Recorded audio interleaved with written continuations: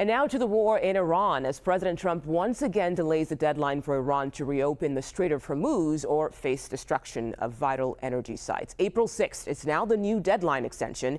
Trump says it came at the request of the Iranian government. They are begging to make a deal, not me. They're begging to make a deal. And anybody that saw what was happening over there would understand why they want to make a deal. But they say, oh, we're not talking to them. Anybody would know that. And only a total fool. And they're not fools. They're very smart, actually, in a certain way. And they're great negotiators. I say they're lousy fighters, but they're great negotiators.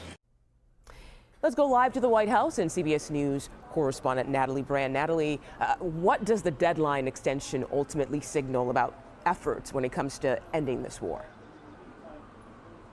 Yeah, Mugo, it signals that there's this window of time for talks to continue, and I want to share some brand new reporting from CBS News' Jennifer Jacobs and Margaret Brennan, who, according to sources, tell them that Iran is expected to give a response or a counter-proposal to that U.S. proposal, 15-point action plan that could be the framework for a peace deal, potentially as early as later today, again, according to their sources. So this is all happening pretty quickly.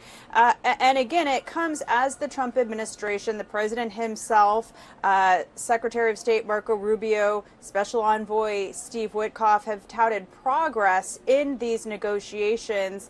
We know that Pakistan's government is serving or acting as a mediator, and that messages have been exchanged back and forth. So we're going to have to wait and see where this all leads. It's still a bit unclear who the negotiating team is speaking to through Pakistan, but a regional source tells CBS News that Pakistan has direct contact with Iran's security establishment, which is essentially controlling the country. So we'll have to wait and see if this counter proposal does in fact come through later today.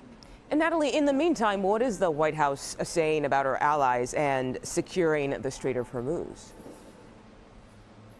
Well, we know that Secretary of State Marco Rubio is now in France meeting with G7 foreign ministers to talk about the conflict with Iran and specifically the Strait of Hormuz. Ahead of leaving, he said that it's, in these countries' best interest to really help reopen or secure the strait, since the U.S. argues that those countries in Europe and Asia receive much more oil passing through the strait than the U.S. does. I can also tell you that the U.K. updated its statement, this joint statement from a number of countries, which now numbers more than 30, of allies signaling that they are willing to help in some way, though the details are a bit vague. But we know that UK military planners have been working with Central Command to come up with options, some sort of plan once combat operations end.